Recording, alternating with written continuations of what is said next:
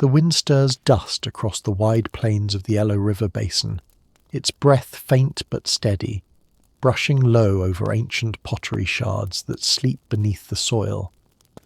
Before dynasties rise, before emperors or edicts, there is only the rhythm of the land, shifting rivers, darkened loess, and scattered villages that leave no cities behind. These are the lands of early memory, where the ancestors of civilization sow millet beneath cloudy skies and bury their dead in painted jars. In the valley of the Yangshao, red clay pots bloom with quiet patterns of fish and spirals, faint echoes of meaning that slip past time. Nearby, the Longshan people polish black pottery as fine as glass, raise rammed earth walls around compact settlements, and craft ritual vessels that gleam like quiet thunder. Their feet trace river paths still unnamed, and their shadows flicker by hearthlight as generations pass like rain over stone. It is not kingdoms they build, but rhythms, slow cultivation, seasonal trade, the silent alignment of bones beneath burial mounds. In some graves, the dead lie on deer skins beneath cowrie shell masks. In others, a child rests curled like a seed beside an elder wrapped in jade. There is music in these beginnings, though no one writes it down. Fields stretch in woven rows of millet, reeds line still ponds, and flutes carved from bird bone sing only to the wind. In the north, small tribal federations begin to cluster, bound by kin and shared ceremony, each naming spirits in their own tongue. A few begin to speak of a great river flood, endless and devouring, held back only by one man's labour, a story carved into memory long before it meets paper. They say the Yellow River breaks its banks again and again, a serpent of silt and rage. Crops drown, huts collapse, and the soil turns to hunger. It is then that the old myth breathes into the marshes. A man named Gun tries to dam the flood with stolen earth but fails. His son, Yu, does not fight the water, he walks with it. For years, Yu cuts channels through hills, dredges out basins, and follows the rivers until his hair turns grey, and his voice becomes soft as silt. It is said that he passes his own doorway 3 times and never enters, too consumed by his task. Some say he transforms into a yellow dragon in the end, and some say he simply disappears. But either way, the flood retreats. And so Yu becomes the first quiet name in China's long dynastic dream. The tale of Yu the Great does not arrive alone. It glides on the breath of ancestors, Huangdi the Yellow Emperor, who tames the wild with the compass and the cart, Yao the wise sovereign whose virtue calms the sky, Shun, the humble farmer who rules with such serenity that even tigers sleep by his gate. These sagely figures, held somewhere between history and symbol, walk the thresholds of memory like moonlight on early stone. They do not war, they harmonize. They do not rule with force, but with music, ceremony, and reverent balance. It is said that Yao yields the throne not to his son, but to Shun, a man of quiet service. This becomes a principle, that virtue outweighs blood, and though few ever follow it, the idea flickers onward, a candle never fully extinguished. The deeper truths of these times lie buried. In the ruins at Jiahu, bone flutes whisper their notes across 9,000 years. At Banpo, children's footprints press into hardened mud floors, preserved like dreams beneath the soil. Some dwellings sit in circles, communal, firelit, with ash pits in the centre and storage jars lining the edges. Turtles, deer, and fish mark the pottery, perhaps emblems of clans, perhaps simple signs of what fed them. Millet stalks sway beside tools of polished stone, and everywhere there is silence, not of absence, but of patient life. And yet, beneath these rhythms, slow transformations stir. clay becomes bronze, bone becomes oracle, and stories begin to find order. Power no longer travels only through kinship and shared grain. It starts to wear symbols. Tribal federations give way to early chieftains, their hands heavier, their rites more elaborate. Walls are built not just for flood, but for fear. Some settlements thicken with population, with hierarchy, with walls so wide they hold 100 generations of echo. A lineage of labour hardens into structure, soft as it still may seem. Some scholars debate whether these early people truly look toward you as a monarch, or whether his name is retrofitted into the scaffolding of later belief. Others suggest the Xia, the dynasty that follows you in tale, is less a government than a cultural evolution, a shift in archaeological layer rather than coronation. At the Erlitou site near Luoyang, palatial foundations and turquoise inlays hint at organised rule.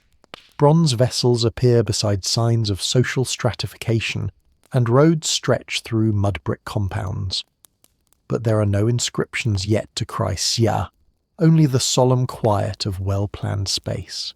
Still, memory flows differently than fact. To the scribes of later eras, the Xia become real not in evidence but in reverence. A dynasty of virtue that stands at the gate between myth and governance. Their kings do not conquer, they cultivate. Their laws are not iron, they are the channels you carved in mud. Whether or not the Xia wear crowns or wield armies matters little to the story's pulse. What endures is the metaphor. That civilization begins not in conquest, but in shaping the land alongside the flood, walking beside its restless spirit rather than against it. And so, as twilight deepens over the river valleys and the soil breathes with summer rain, the first rhythms of China's dynastic song begin to play, softly, subtly, like reed flutes in a drifting fog. There are no empires yet, no palaces or proclamations, only painted jars, water channels, and stories too old to measure. The dust of footsteps lingers on compacted earth. The wind picks up again, threading through trees and half-buried stones. Something begins, but it does not rush. It waits, patient as flood water, quiet as ash. Yu's name drifts across time like a river's bend, constant, reshaped, and half forgotten. When spoken, it is almost a prayer. You the great, you the tamer, you who makes the land livable. He does not invent civilization, they say, but he makes it possible. His labours, though softened by centuries of retelling, echo through every channel, dike, and boundary that follows. In the wake of his passage, a people begin to draw their society into form, folding myth into practice and season into ritual. This marks the uncertain rise of what later historians will call the Xia dynasty, a shadowed lineage suspended between memory and statehood, where every royal figure is both man and metaphor. In the marshes and valleys of Henan, archaeologists uncover the ghost of a city, Erlitou. Mud brick foundations trace the outlines of palatial complexes, long halls where unknown elites once held ceremony or rule. Wide avenues divide the settlement in planned symmetry, while workshops glitter with turquoise inlays and cast bronze vessels of refined form. Though no texts name it Xia, and no tombstone confirms a king, the sophistication suggests central planning, elite coordination, and a society slowly lifting itself from tribal kinship toward the form of a court. Here perhaps a ruler walks through open courtyards where drums and wine vessels flank his path, or stands beside a sacred cauldron as the sun burns low over the horizon. But nothing is certain. No inscriptions remain. No royal edicts lie buried. Some scholars believe Erlitou is the capital of the Xia.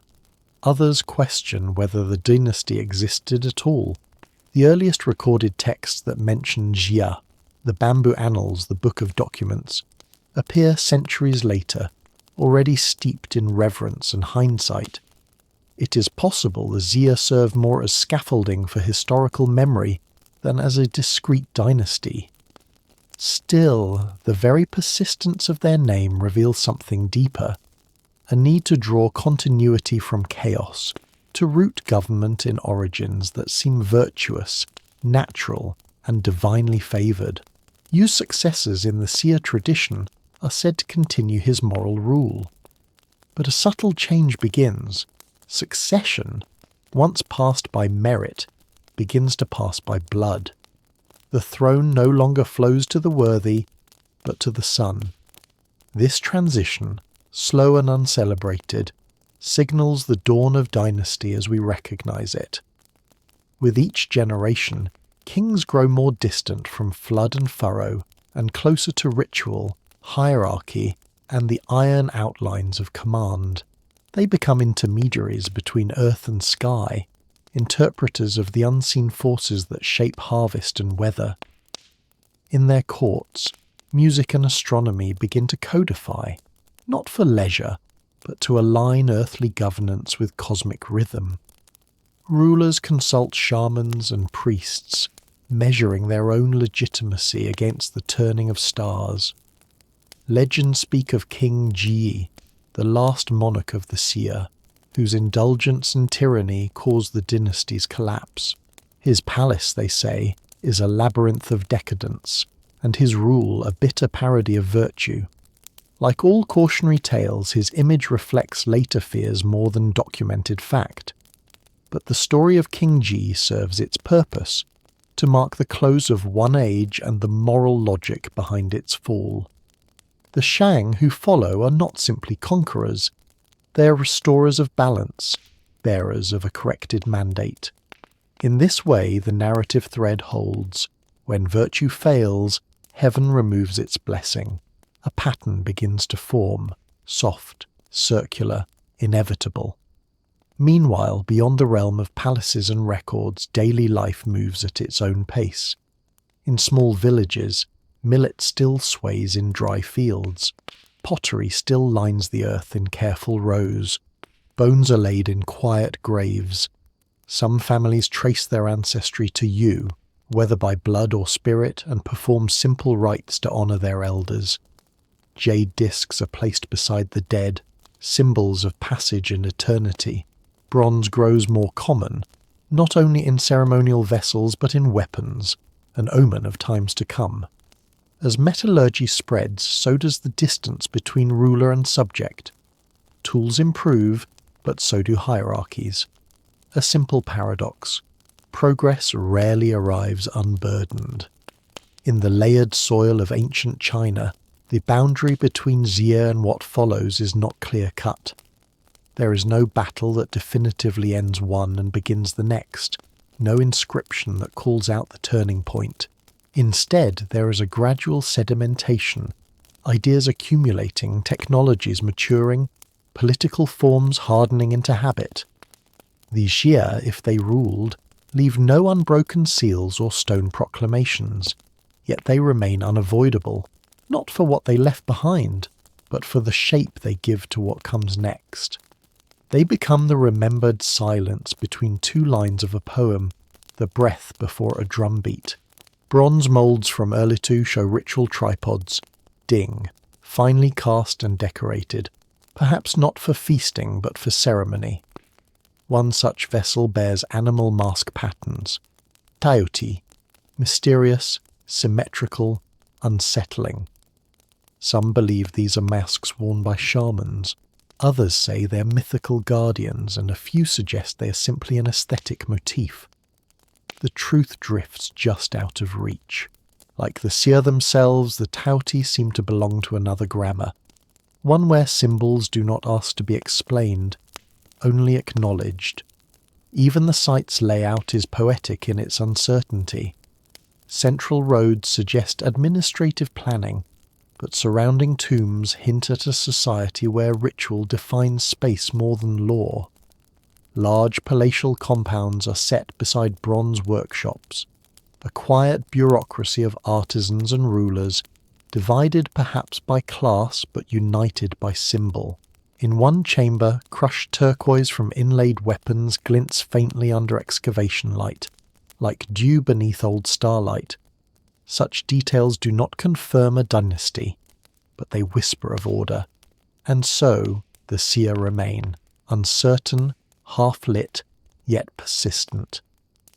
They are not a clear beginning, but a shaping pressure, a silhouette behind the curtain of later records. In their name, later dynasties find moral pretext, anchoring their rule in ancient virtue. The idea of the seer is more enduring than evidence, more felt than found. They give China its first story of succession, its first fall and its first caution. That the story is unprovable only makes it more potent. Some truths sleep deeper than archaeology can reach. The fields remain, the rivers shift again. Bronze melts, reforms and migrates. Something old finishes taking shape beneath the dust, not loudly, but with the patience of centuries. Beneath every later dynasty lies the quiet footprint of the seer, whether real or remembered, embedded in the soft clay of time.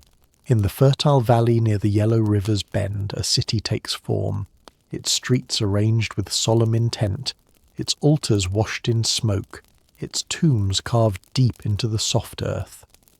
This is Anyang, last capital of the Shang, where kings dwell not only among the living but also beside the dead. Here, bronze glows warm beneath the flicker of torchlight, cast into shapes that blend utility and reverence. Ding tripods, zun vessels and ghee bowls rest on altars, not tables. They do not serve meals, but mediate between the seen and unseen, their flared rims and heavy legs echoing a language only ancestors understand. In workshops near the palace grounds, artisans carve oracle bones, ox scapula and turtle plastrons, carefully scraped and polished, then inscribed with questions about harvests, hunts, childbirth, eclipses and war. The bones are heated until they crack, and the king's diviners interpret these fractures as messages from the spirits. What emerges is not merely superstition, but a structured system of governance and belief. Through bone and bronze, the Shang court reads the world and acts upon it. Ritual defines the rhythm of power.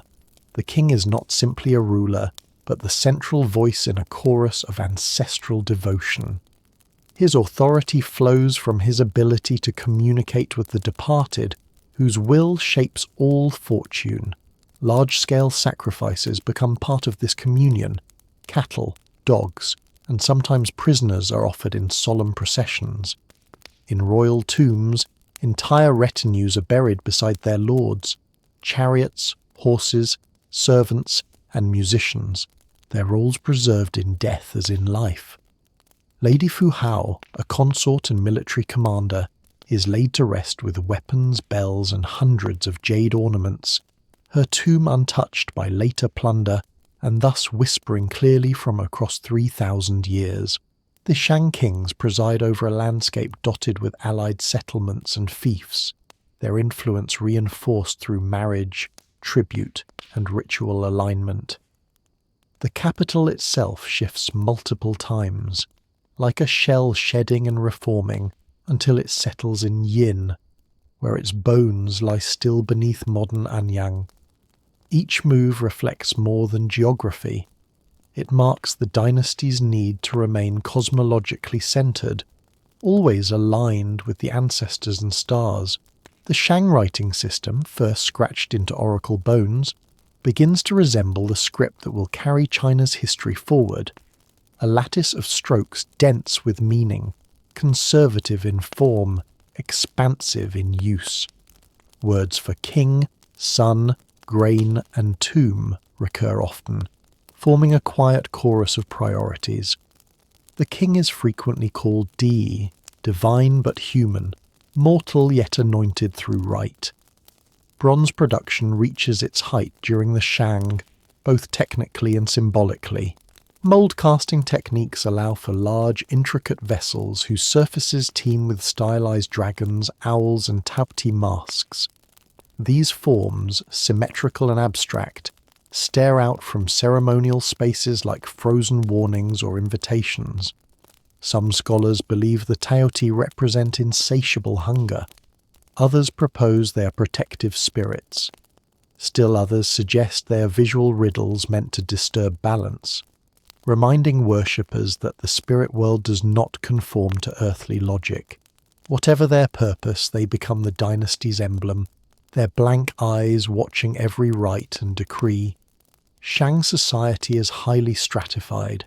Nobles command armies and land, while artisans and farmers sustain the court's rhythms. Bronze tools and weapons remain the privilege of the elite, while commoners till the fields with stone and wood. Yet even among the lower classes, ritual continuity is maintained. Family altars, ancestral offerings, and seasonal rites stitch the people to the dynasty's spiritual fabric. The Shang calendar aligns agricultural cycles with sacrificial dates, weaving time itself into the demands of governance and belief. Music accompanies much of this, not as celebration, but as ceremony. Bronze bells, bone flutes, and stringed instruments set the tempo for sacrifice and procession. Some aspects of Shang rule remain obscure. Their legal codes, if they exist, are lost or unwritten. Governance appears to be performed more through ritual and hierarchy than by statute.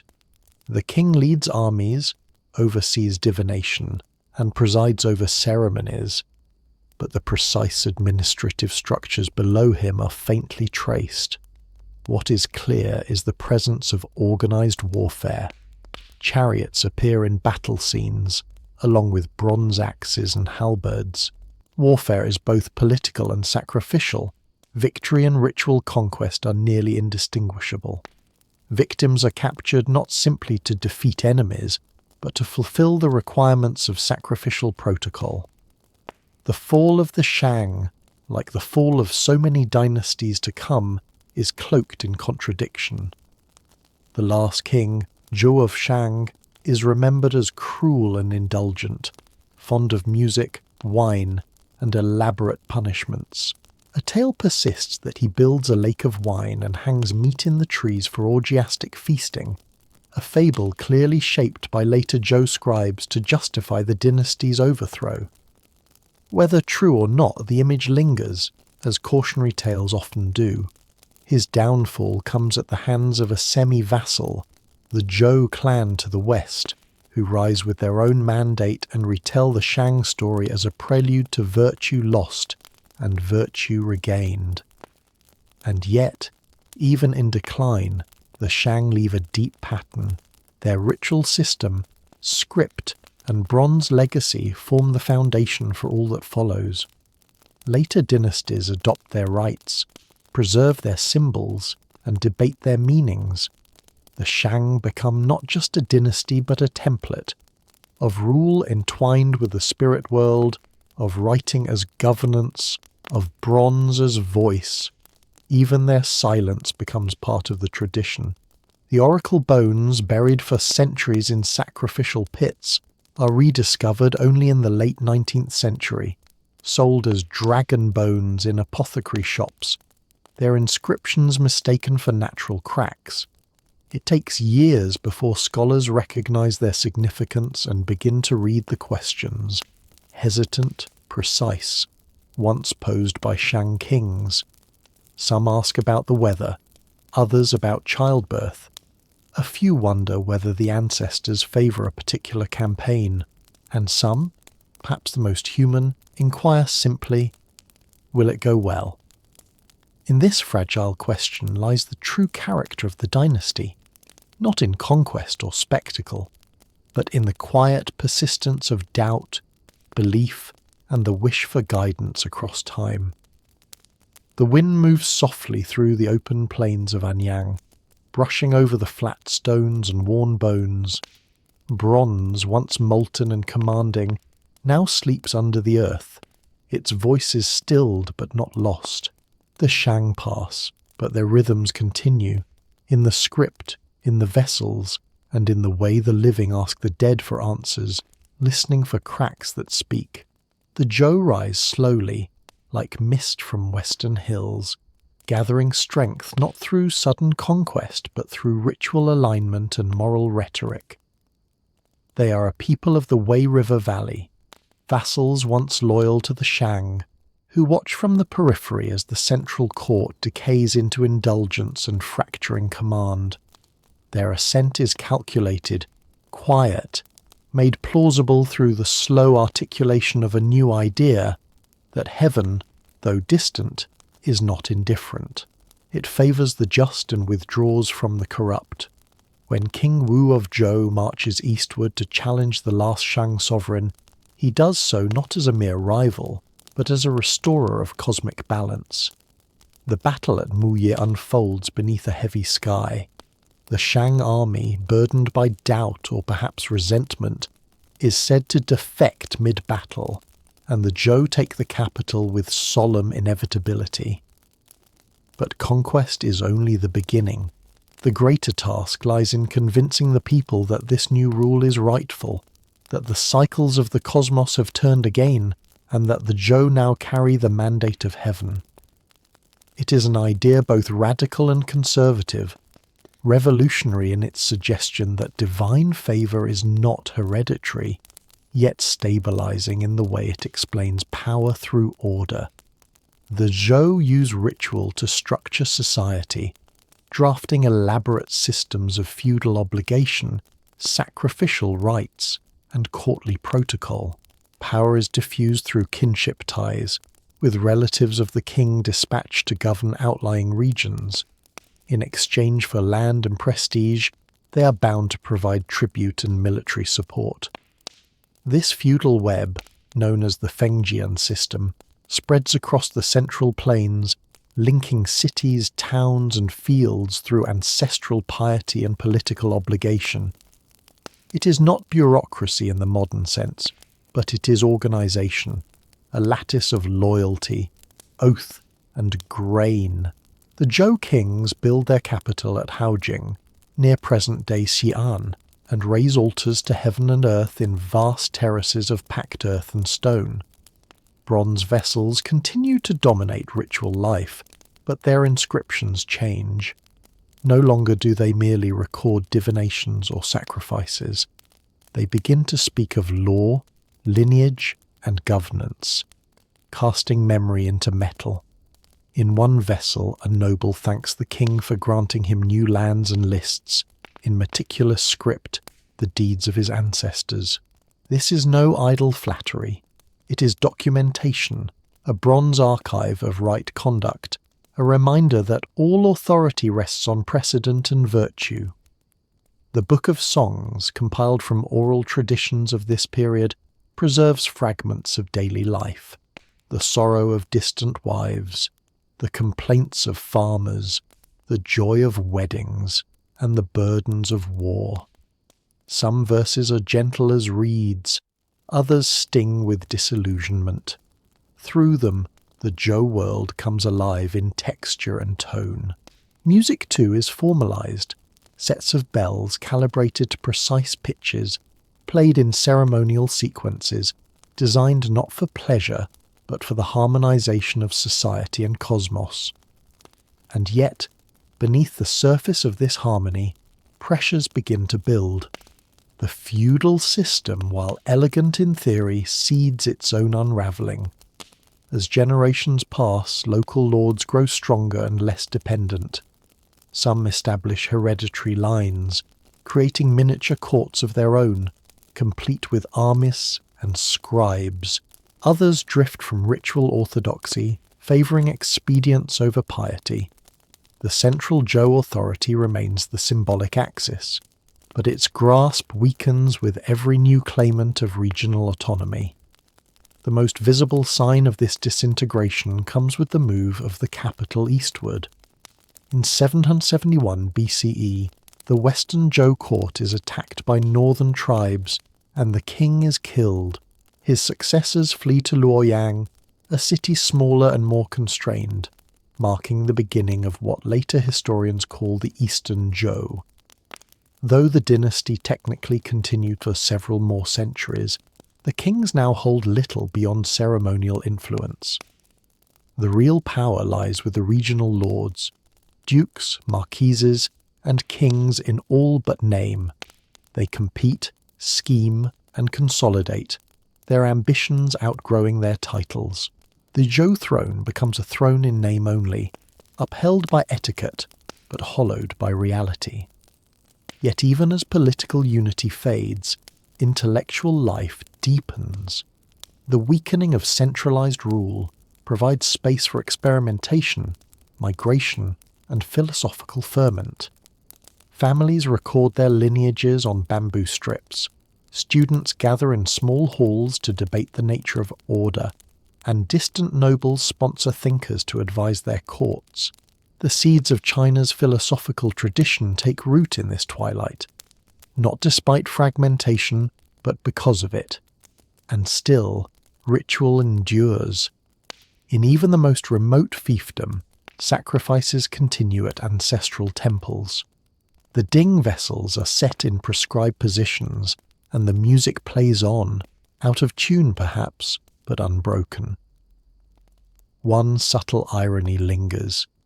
The mandate of heaven, introduced by the Zhou to legitimize their own rise, now hovers above them like a threat.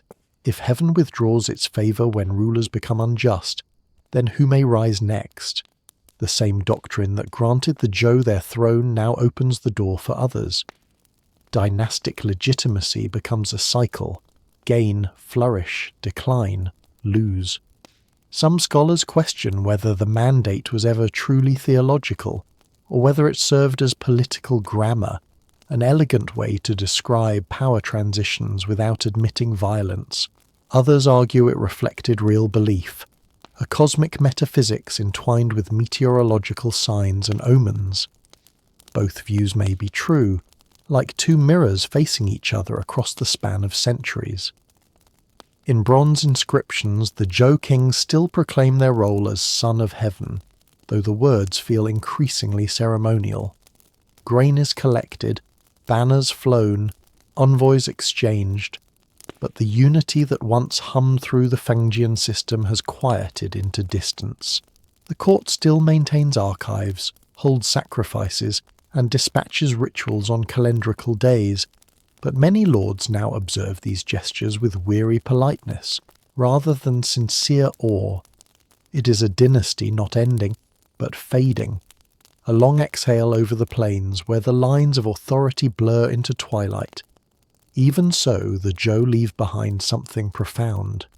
Their institutions, ideas, and poetic vision of rulership become embedded in the DNA of Chinese civilization. Later dynasties will return to Zhou ideals, cite Zhou texts, mimic Zhou ceremonies, and claim to restore Zhou order. They are remembered not for conquest, but for framework, for giving China a mirror in which to see its own reflection, even as that mirror grows fogged with time. The fields remain furrowed, the bells remain tuned. The wind passes through old capitals gentle as silk across a forgotten altar. In the slow unravelling after the Zhou retreat eastward, the land no longer hums with the steady rhythm of a central will. Instead it fractures, gently at first, like cracks in lacquer, then steadily and without return. This is the spring and autumn period, named for a chronicle kept by scribes in the state of Lu, who record not the rise and fall of empires, but the quiet entries of births, marriages, border skirmishes, and funerals, season by season, year by year. The Zhou kings still sit on the throne in Luoyang, but their authority is like an old bell, beautiful in form, hollow in tone. Around them, regional states grow in size, ambition, and self-awareness. Some, like Jin, Chu, Qi, and Qin, become powerful enough to field their own armies and conduct diplomacy as sovereigns in all but name. They honour the Zhou in ritual, but not in command. Power begins to move laterally. Where once all roads led to the king's court, now influence flows through regional alliances, military strength, and the shrewd balancing of customs old and new. The title of BA or hegemon emerges, a kind of first among equals, a regional strongman who claims to uphold the Zhou order even while quietly rewriting it. Duke Wan of Qi is the first to bear this role, guiding coalitions against external threats and internal disorder alike. His minister, Guanzhong, crafts reforms that centralize authority, regulate trade, and refine court ritual, all while maintaining the outward appearance of Zhou fidelity. It is a delicate dance, one eye on tradition, one on transformation. Amid this shifting landscape, a different kind of power begins to stir, the power of thought. As lords compete with swords and alliances, scholars begin to compete with ideas. In the state of Lu, a man named Kongqiu, later known as Confucius, walks the paths between villages, teaching a doctrine not of conquest but of harmony, not of force but of ritualized empathy. He does not propose revolution. He proposes return, a recentering of society on moral cultivation, filial piety, and the quiet dignity of ancient rites.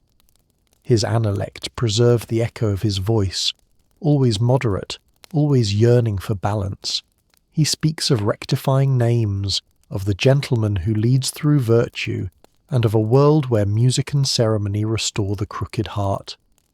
Other thinkers rise alongside him, each responding to the fractured age in their own language.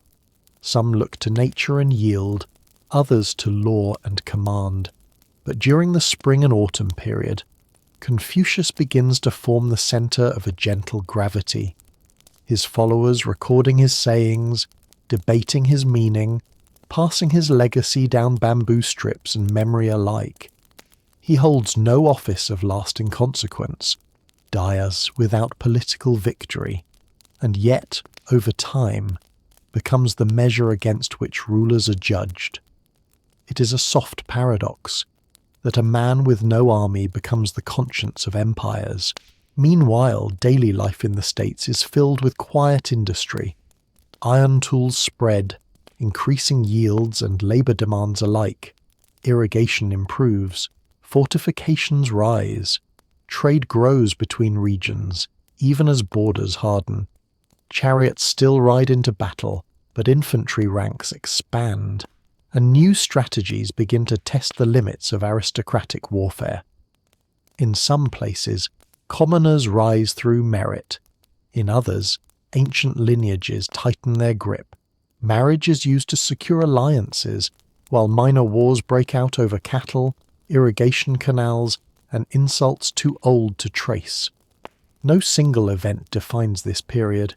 Instead, it is marked by accumulation, of tension, of ambition, of unspoken change. The Zhou ritual system persists in public form, but its meaning frays. A lord may still offer sacrifice in the ancestral temple, but behind the curtain he sharpens swords and negotiates borders. Even music, once tightly coded in pitch and rhythm, begins to shift. Some traditions are preserved faithfully, others reinterpreted to suit local needs. Bronze vessels are still cast, but now with inscriptions declaring military victories and personal lineage rather than communal reverence. The self becomes more visible, not just as servant to heaven, but as shaper of the world. Confucius sees this clearly. He mourns the fading of ceremony, not because he longs for nostalgia, but because he believes structure tempers desire. Without the steady drumbeat of ritual, he fears society will dissolve into hunger, for status, for wealth, for revenge. He calls for a return to Li, the rituals that shape not only the court but the heart. His teachings offer solace in a world of shifting sands, a gentle insistence that harmony is not found in command, but in order, repetition, and the dignity of each role fulfilled sincerely. And yet, he is only one voice. Others speak louder or with more effect. Duke Wen of Jin consolidates power through careful statecraft and conquest. The state of Chu expands in the south, blending local traditions with Zhou forms, creating something hybrid and unsettling to orthodox scribes. The borders between tradition and novelty blur. Some fear this, others call it renewal. The spring and autumn period ends not with a final battle, but with a crescendo of rivalry. States that once shared a pantheon and a ritual calendar now measure themselves against one another in strength, size, and ambition. The Zhou king's court becomes increasingly irrelevant. Its ceremonies continue, like an old opera played to an empty hall, but the stage has shifted. New actors take the spotlight, and the drama to come will be harsher, more absolute. Still, the foundations are laid. The notion of virtue as political force, the dream of restoring harmony through rites, and the awareness that ideas may shape nations as surely as armies. These take root here. The fields are ploughed, the words recorded, the debates begun. Even the names of the states, Qi, Chu, Jin, Lu, will echo for centuries, like stones dropped in still water. Their ripples continue long after their banners fall. The sky over the plains is quiet again. Crops rustle in the dusk. A teacher walks between towns, his scrolls worn thin, his voice steady, still hoping someone will listen. The old harmony fades entirely now. The ceremonial thread that once linked the Zhou lords unravels into a loose web of warfare, suspicion, and ambition. The Warring States period begins not with a proclamation, but with a collective realization that no one is truly in charge, and that any state which wishes to survive must arm, centralize, and outthink its neighbors. The old feudal ties are cut or ignored. Great houses fall. New kings rise, some from minor noble lines, others from merchant or military ranks. 7 major states emerge: Qin, Chu, Zhao, Wei, Han, Yan, and Qi. Each fortified, each armed, each increasingly governed by merit over bloodline, and all circling each other like restless wolves. Warfare becomes methodical. Walls are raised not just around cities, but across entire frontiers. Crossbows replace chariots. Massive infantry armies, disciplined and drilled, become the primary instrument of policy. Battles are no longer seasonal engagements between nobles. They are brutal, prolonged, and calculated. Ministers propose entire campaigns on bamboo slips, measured in rations, terrain, and morale. Casualties mount by the tens of thousands. War is no longer a rupture in life. It is its organizing principle. And still, within this harsh landscape, ideas bloom. The 100 schools of thought rise not in spite of the chaos, but because of it. In every state, rulers seek counsel not only from generals, but from scholars, thinkers who might provide a formula for order, control, and legitimacy. Confucianism continues to evolve, stressing hierarchy, filial duty, and the transformative power of ethical rule. But other schools gain prominence. Legalism especially finds favour in states like Qin, where thinkers such as Shang Yang argue that only law, strict, codified, and absolute, can ensure stability. People must be controlled through reward and punishment. Merit, not birth, should determine rank. Even the ruler is subject to the law, though his will defines it. There is no appeal to heaven, only the hard logic of the state. In contrast, Taoism offers a softer, paradoxical path. Laozi, in his sparse and cryptic verses, suggests that the highest wisdom lies in non-action, in flowing with the Tao, the ineffable way of the universe. The more a ruler interferes, the more disorder he invites. Harmony cannot be engineered. It must be allowed to emerge. The Taoist ideal of the sage king is not the commander, but the one who knows when to yield, like water shaping stone. Zhuangzi, with his dreamlike parables and laughter in the face of certainty, deepens this vision. For him, distinctions are illusions, and wisdom lies in embracing the absurdity of trying to fix a world that is always changing. Other schools proliferate. Mohism, with its call for universal love and frugal governance. The school of names, which plays with language and logic like riddled wind. Agriculturalists who believe in moral peasantry and equitable land distribution. Every philosophy is a mirror held to the age's uncertainty. Some are polished, others cracked. Together they form a noisy, urgent chorus.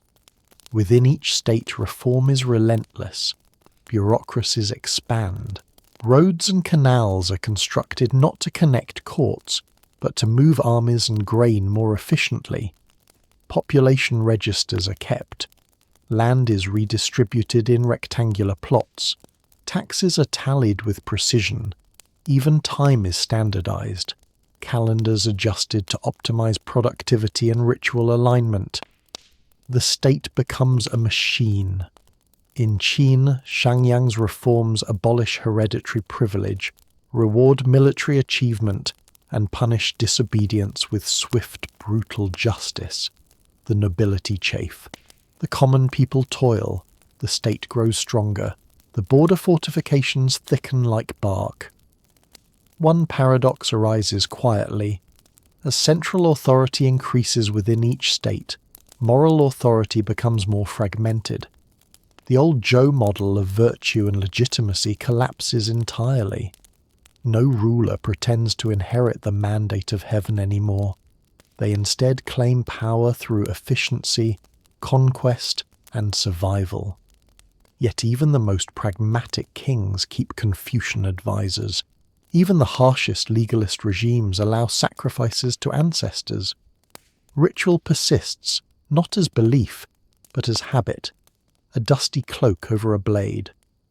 It is during this time that the term Tianxia, all under heaven, takes on new meaning. Once it implied a united cultural sphere, bound by shared rights and a common sovereign. Now it becomes an aspiration, a prize to be claimed by whichever state can impose unity.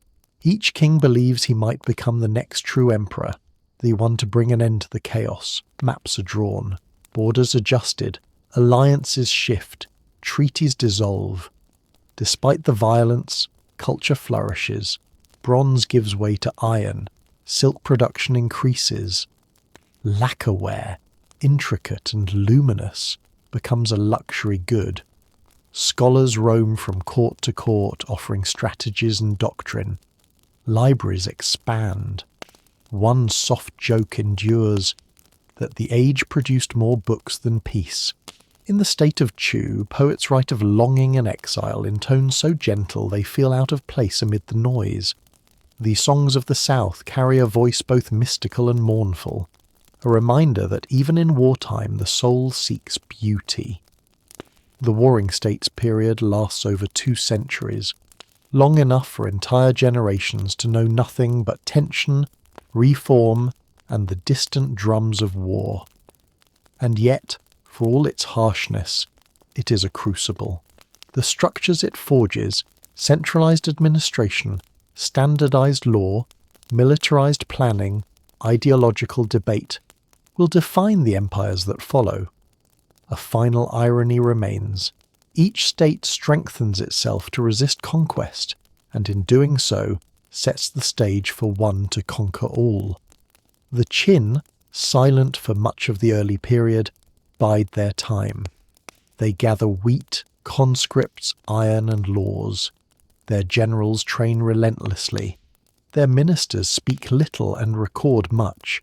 While other courts debate morality, Qin masters logistics. The storm gathers slowly. The plains darken. Roads stretch far into hostile valleys. In a dusty town, a scholar reads aloud from a bamboo slip, while in a nearby field, a crossbowman practices in silence. The age believes in words, but it trusts in walls. The mandate is forgotten, Yet ambition burns brighter than ever. Somewhere, beneath all this motion, an empire waits to be born, not from dream or rite, but from structure, blood, and an unshakable will to end the noise. The Qin do not rise like a flame. They accumulate like pressure behind stone. For generations they are dismissed as rough, peripheral, too Western to matter. Their court lacks polish, their dialect sounds coarse, their manners too blunt for refined company. But they watch, record, reform, and wait. Within the harsh ridges of Shanxi, they build a state like a blade, narrow, sharp, and single-minded. Under Duke Xiao and his minister Shang Yang, they abandon the clutter of old tradition and embrace legalism fully. Nobility is stripped of privilege. Peasants are registered and taxed with exactitude. Farmers are rewarded for output, soldiers for kills. All else becomes ornament, and ornament is discarded. The law is written, immutable, impersonal. Rulers obey it. Subjects obey it. Obedience itself becomes a kind of virtue. There is no mandate of heaven here, only grain, weapons, and clarity. By the time Yingzhen inherits the Qin throne in 246 BCE, the state is already a disciplined engine of conquest. He is young, but his ambition is unclouded. One by one, the other 6 states fall. Qi folds with barely a fight. Zhao, Han, and Wei are swallowed through siege and engineering. The campaigns are merciless, systematic, and swift. By 221 BCE, for the first time in memory, all of what is called Tianxia, all under heaven, is under the command of one man. He does not call himself king. He coins a new title, Shi Huangdi, the first August emperor. His name becomes a boundary stone in time itself. Before him, chaos. After him, empire. Qin Shi Huang wastes no time. He centralizes authority completely, dissolving the old fiefs and replacing them with administrative commanderies ruled by appointed officials. A uniform code of law spreads across the empire. Roads are standardized in width and pattern, radiating from the capital at Xianyang like veins from a heart. The script is unified. Weights and measures, axle lengths, currency, all brought into alignment. A single bureaucracy governs, not through persuasion, but through precise enforcement.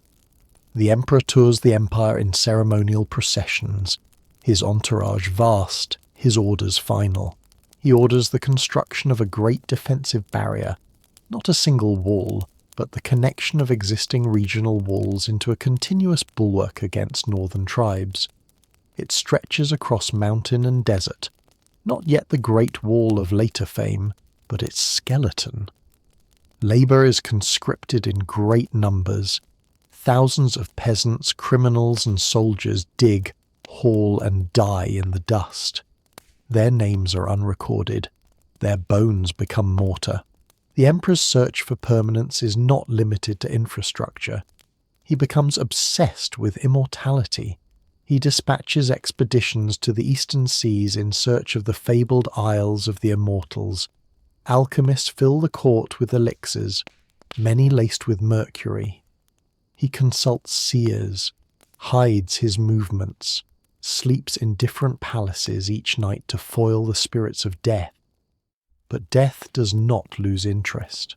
Beneath the ground near modern-day Xi'an, his mausoleum takes shape, a vast subterranean city guarded by the now famous terracotta army. Life-size soldiers, horses, chariots, and acrobats stand in silent ranks, each unique, each cast in clay, each built to serve the emperor in the afterlife. There are rivers of mercury reported beneath the central tomb, a celestial map on the ceiling, and traps said to guard the chamber still unopened. He prepares not for death, but for continued rule beyond it. The silence of his tomb grows deeper with each decade. Still, for all its brilliance, The Qin dynasty burns too hot. Its reforms, though effective, leave little room for flexibility or forgiveness. The people are weary of labour, conscription and punishment. Dissent is not tolerated. Books are burned, scholars executed. The past is severed so that the future may be absolute, but memory resists. When Qin Shi Huang dies suddenly in 210 BCE, possibly poisoned by the very elixirs meant to preserve him, his heirs cannot hold the centre. A brief succession crisis erupts. The people rise. The system collapses almost as quickly as it was built.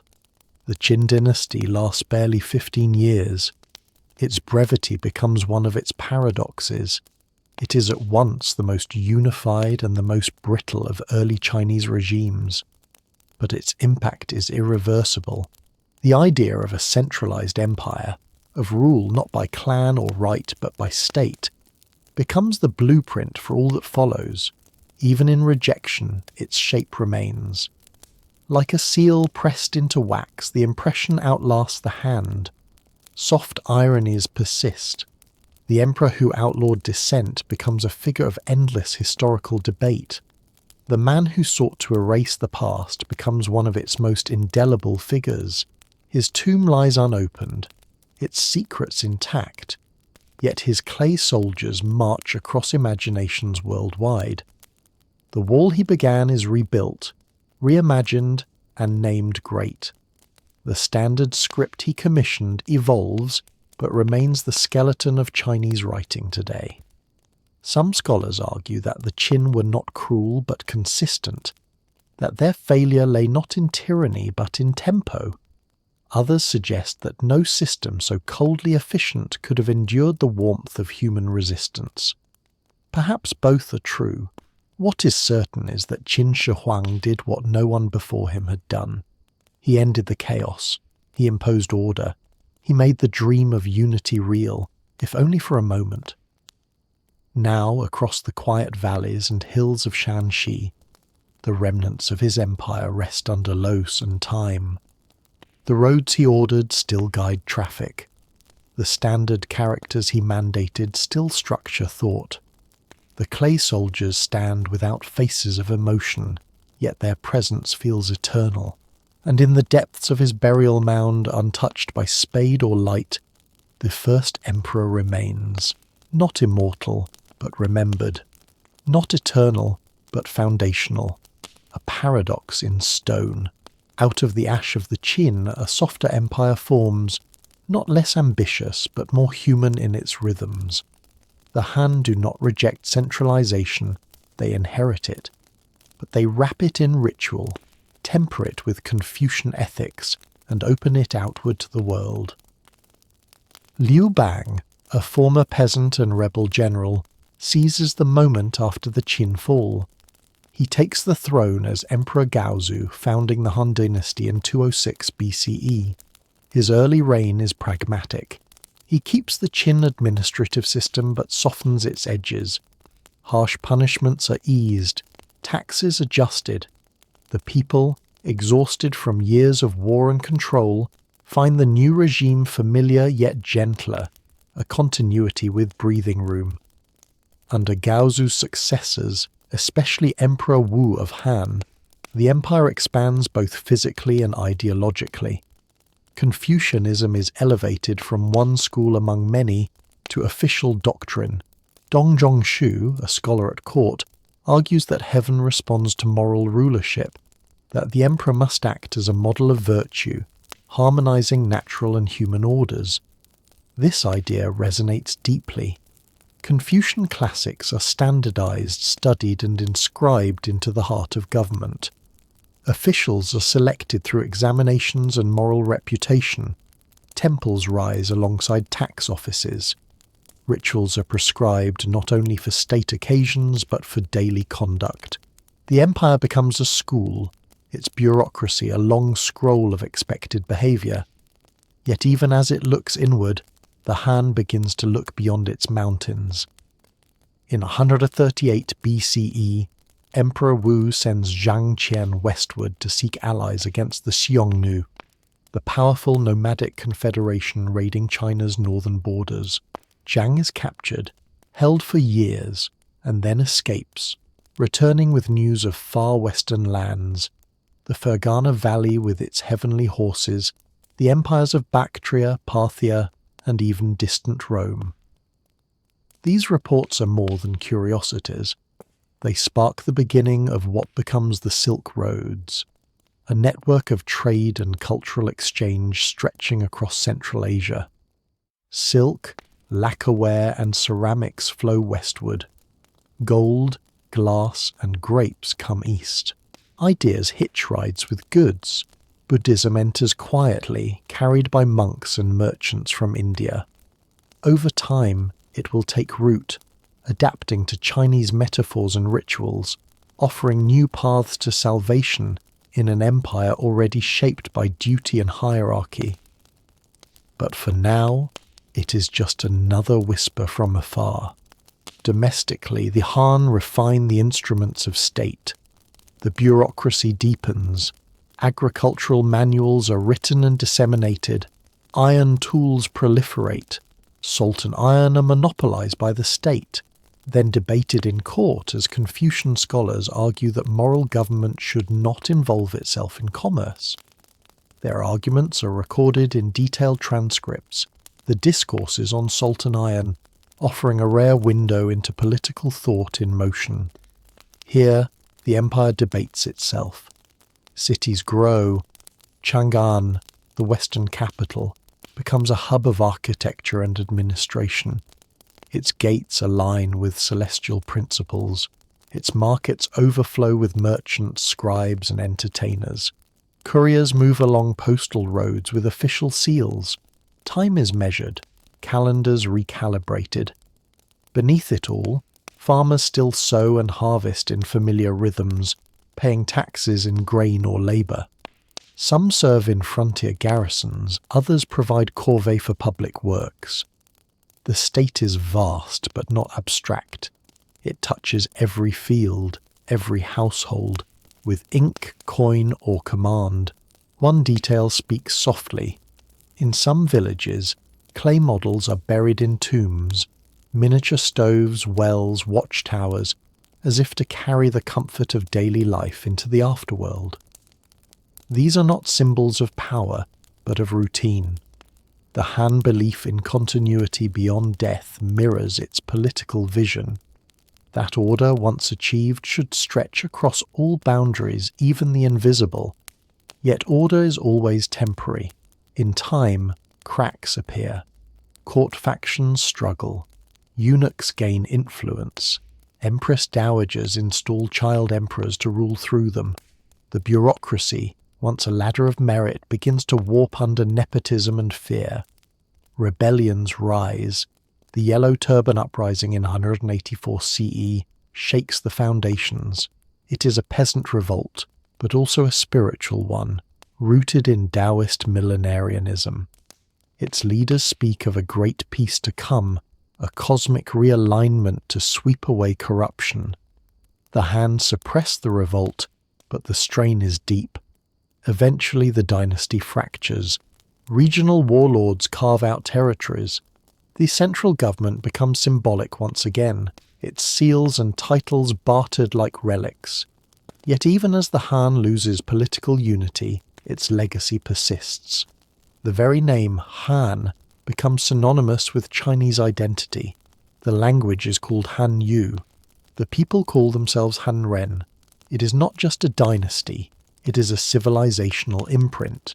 Centuries later, poets will look back on the Han as a golden age, a time when state and culture moved in harmony. Scholars will study its bureaucracy, emulate its rituals, and lament its fall. But in truth, the Han endures not because it was perfect, but because it became the pattern. Every dynasty that follows will echo it, adopting its script, its moral ideals, its bureaucratic habits. The Han becomes the mould, and China becomes the casting. Some argue the Han succeeded because it combined firmness and flexibility.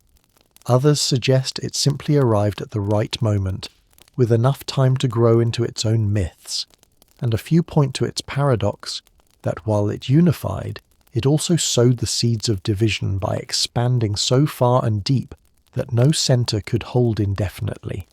Still, for over 4 centuries the Han hold the map together. Their laws shape fields, their scholars shape thought, their traders shape roads. The empire breathes with both ambition and ritual. Its emperors stand beneath heaven, its farmers beneath the sun. The silk roads shimmer, the court debates, and in the quiet corridors of the archive, a scribe brushes a character across a bamboo slip, confident that the word will endure. When the Han finally falter, it is not with a single collapse, but with slow unravelling. The imperial centre weakens, torn between child emperors, palace intrigues, and regional ambitions too large to contain. Provinces that once bowed to the capital begin to act with growing independence. Generals guard their territories as if they were kings. Officials weigh orders from Luoyang against the strength of their own walls. The Yellow Turban Rebellion, though suppressed, has unsettled everything. Famine, drought, and heavy taxes press on the people. Bandits fill the countryside. In some places, local lords offer more protection than distant officials. The emperor's seal still shines, but the hand that holds it trembles. Out of this disorder, warlords rise. Cao Cao in the north, a brilliant strategist and administrator, gathers scholars and soldiers alike, creating a court in exile that mirrors the vanished grandeur of Han. In the west, Liu Bei, claiming descent from the imperial clan, becomes a symbol of legitimacy cloaked in humility. In the south, Sun Quan establishes his rule along the Yangtze, pragmatic and resilient. Each man commands armies, levies taxes, receives envoys, and performs rituals once reserved for emperors. They do not abolish the Han in name, they simply step into its space. Thus emerges the era of the 3 kingdoms, Wei, Shu, and Wu. 3 states vying for control, none strong enough to end the others. Battles are frequent, yet rarely decisive. Alliances form and dissolve.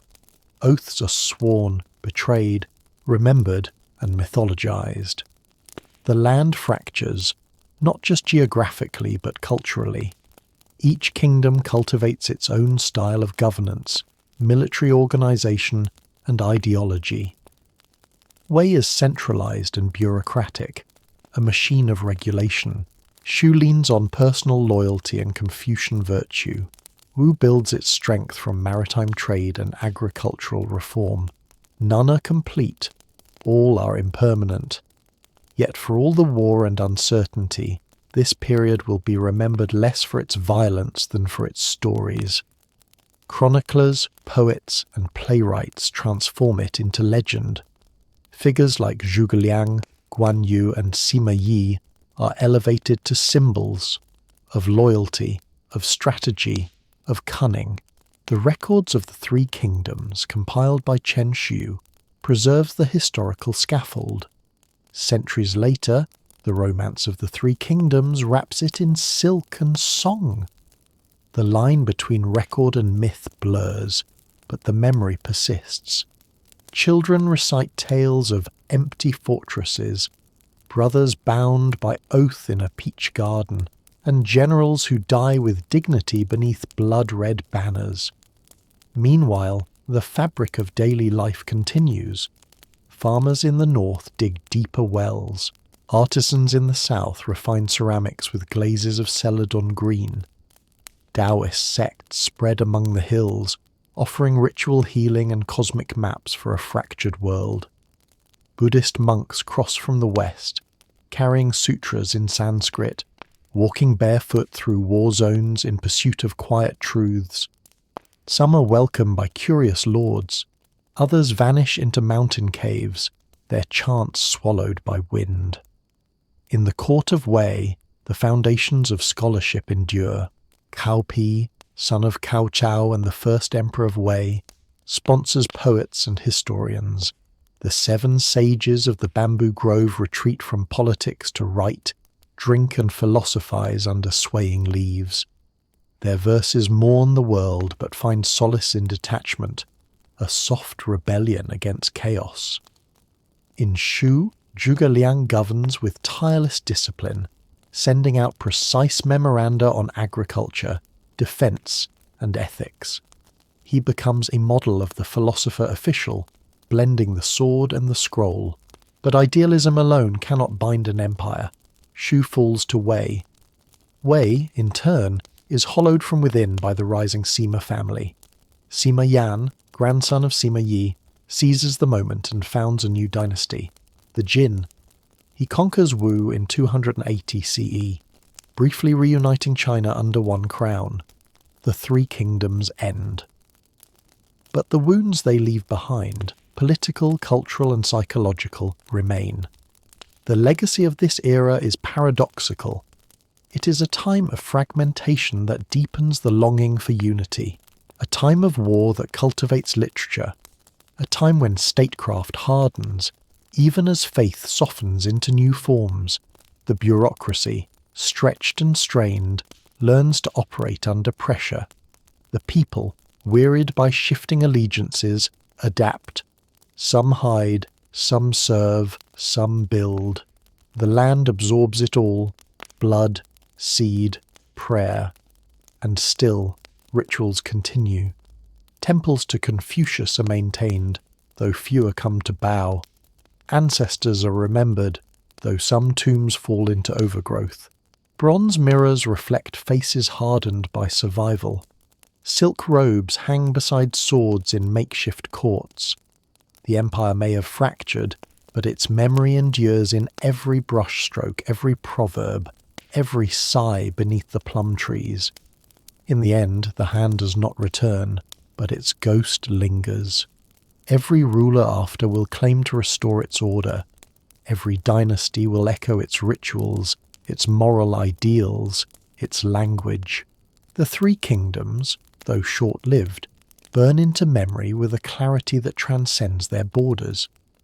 Not for the stability they offered, but for the longing they revealed, for a unity more profound than maps, for a culture that sings even when the drums of war fall silent. Across the plains once more the wind stirs the reeds. An old woman hums a folk song from a vanished province. A scribe sharpens his brush by candlelight, preparing to record another year of uncertain peace.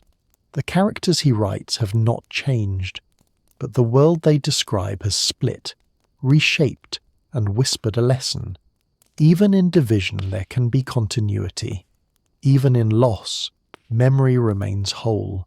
The Jin reunify what the 3 kingdoms had fractured, but only for a moment, like frost on a leaf that melts before noon.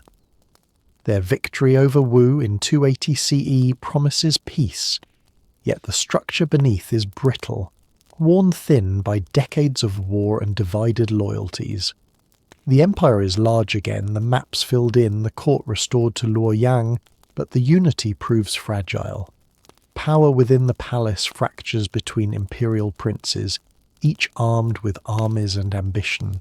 The War of the 8 Princes soon follows, a bitter civil conflict that drains the state of strength, coherence, and legitimacy.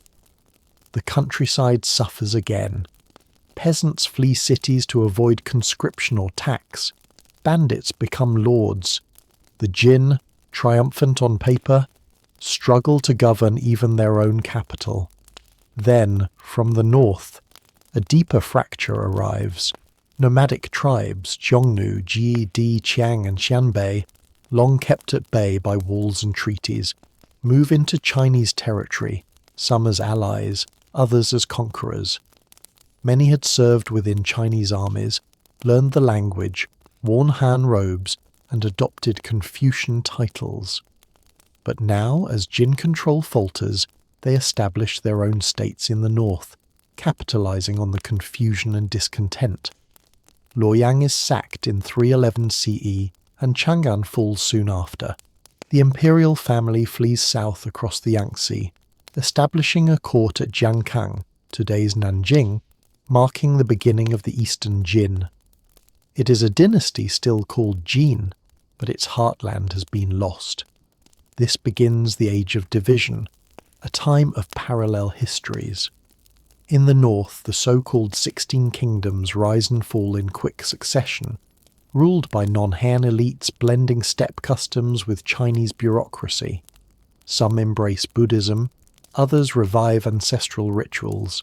Capitals shift rapidly. Borders are written in sand and erased in blood. A ruler may found a state one year and be killed by his general the next. Yet even amid this chaos, new forms emerge. The Xianbei Tuoba clan eventually unifies much of the north under the Northern Way, adopting Chinese language and dress, marrying into Han families, and commissioning temples and statues that rival anything built under the Han. Meanwhile, in the south, the Eastern Jin court maintains a quieter rhythm. Removed from the front lines, it cultivates culture, poetry, and scholarship. Officials write essays on metaphysics, compose verses on cranes and bamboo, and debate the principles of Neo-Taoism, a school of thought that blends Confucian structure with Taoist spontaneity. It is a strange paradox. As war rages in the north, the south becomes a haven of refinement. Painters render landscapes not as maps, but as meditations. Calligraphers elevate brushwork into philosophy. A cup of wine by a quiet lake becomes a more powerful statement than any decree. The philosopher Wang Bi becomes central in this period, reinterpreting the Tao Te Ching and the I Ching with subtle clarity, suggesting that the truest knowledge is not spoken but felt, not structured but intuited. His commentary shapes Chinese thought for centuries, despite his early death. Another scholar, Gu Kaiji, paints hand scrolls where ladies and sages float through misty gardens, their gestures as eloquent as speech. Still, the court is never secure. It rules the south, but only through alliance with powerful families and warlords. When central authority weakens, generals rise, sometimes to protect the dynasty, sometimes to replace it. The Jin fall eventually not with catastrophe, but with replacement. A cycle of southern dynasties begins. Liu Song, Southern Qi, Liang and Chen. Each claims continuity with the Jin, yet each governs in its own manner, amid shifting alliances, short reigns, and the quiet pulse of nostalgia. Through it all, Buddhism begins to deepen its roots. No longer a foreign curiosity, it becomes a spiritual refuge. Monasteries appear along trade routes and beside rivers. Sutras are translated, debated, and inscribed in stone. Pilgrims travel westward in search of purer texts, returning with baskets of scrolls and stories of golden kingdoms beyond the deserts. In the north, Buddhist art flourishes in the Yungang and Longmen grottos, vast cliffside carvings of serene Buddhas surrounded by bodhisattvas, each face distinct, each gaze lowered in calm detachment. Some emperors embrace Buddhism, sponsoring monks and building temples. Others grow wary of its influence, fearing the loss of control over land and labour. Edicts swing between patronage and suppression. Yet the faith continues to spread, not through power, but through quiet resonance. It offers solace to the dislocated, a sense of order beyond state collapse. Its emphasis on suffering, karma, and rebirth speaks clearly to those caught in endless cycles of instability. The Age of Division is often remembered as a time of loss of unity, of imperial grandeur, of certainty. But it is also an age of transformation. The boundaries between Han and non-Han blur. Culture does not dissolve, it adapts. A general of nomadic origin writes poetry in classical Chinese. A Buddhist monk from India preaches to farmers outside a Confucian school. A southern scholar paints cranes while war drums echo far away. There is no centre, but there is continuity. not in throne rooms, but in scrolls, in rituals, in the slow shaping of belief. Some historians call this period a dark age. Others argue it is a chrysalis, awkward, volatile, yet necessary. From its complexity will emerge new forms, stronger states, deeper philosophies, more integrated identities. The north and south may seem divided, but rivers still flow between them, and stories travel faster than armies. Even now, along the Yangtze, a boatman chants a verse from the songs of Chu. In the north, a monk lights incense beneath a carved bodhisattva. A child copies characters on bamboo with a careful hand. None rule, but all continue. The past has not ended. It simply moves more quietly now, beneath the sound of war, in the silence between dynasties. The Sui rise like a breath held too long, sudden, deep, and determined. After centuries of fragmentation, regional kingdoms and revolving thrones, the longing for unity becomes more than rhetoric. It becomes action. In 581 CE, Yang Jian, a general from the north with roots in both Han Chinese and nomadic ancestry, seizes power and declares himself Emperor Wen of Sui. His ambition is simple but immense: reunite China. By 589 he succeeds, conquering the last southern dynasty and bringing all under heaven under a single crown once more. The Sui dynasty, though brief, is purposeful. Its rulers move with the urgency of those who know time is short. They do not reign by consensus. They reign by decree. The emperor abolishes obsolete ranks, redistributes land under the equal field system, and revives the imperial examination to recruit talent not by lineage but by learning. Though limited in scope, these exams mark a return to meritocratic ideals. The bureaucracy grows, the law is revised, and the court begins to resemble the tightly wound order envisioned by Confucian scribes centuries before. Yet what defines the Sui is not just reform, it is infrastructure. Emperor Wen and his son Emperor Yang carve a canal across the empire. The Grand Canal, stretching from the fertile south to the political heartland in the north, is dug by the hands of hundreds of thousands. It becomes a lifeline transporting rice, soldiers, ideas and taxes. Though many die building it, the canal endures. It is a river not born of nature, but of statecraft. The Sui understand symbolism. They restore the Confucian rituals in full: sacrifices to heaven and earth, temple ceremonies, a calendar harmonized with cosmic cycles. At the same time, they support Buddhism openly. Emperor Wen presents himself as a Chakravartin, a wheel-turning monarch who brings Dharma to the world. Monasteries are built, sutras commissioned, religious art flourishes, yet control is always close. Monks are registered, temples taxed, devotion is welcomed but supervised. Still, the ambition outpaces stability. Emperor Yang, inheriting a powerful state, stretches it further. He leads campaigns against Korea, seeking glory abroad to match his father's consolidation at home. The wars are long, costly and indecisive. Supply lines falter, soldiers mutiny. The people, weary of forced labour, heavy taxes and military conscription, begin to revolt. The roads that once bound the empire now carry rebellion. Canals, once arteries of control, become routes of retreat. In the end, the dynasty that reunified China falls to the same forces that once inspired its rise: overreach, exhaustion, and the enduring rhythm of discontent. The Sui dynasty lasts just under 4 decades, yet like the Qin before them, they leave a deep imprint. The Grand Canal remains. The administrative foundations too. Their failure teaches their successors where to proceed with caution and where to continue with conviction, and their fall, though sharp, clears the path for something more enduring. When the rebel general Li Yuan takes the throne in 618 CE, and founds the Tang dynasty, he inherits not a shattered land, but one that has already been stitched into shape.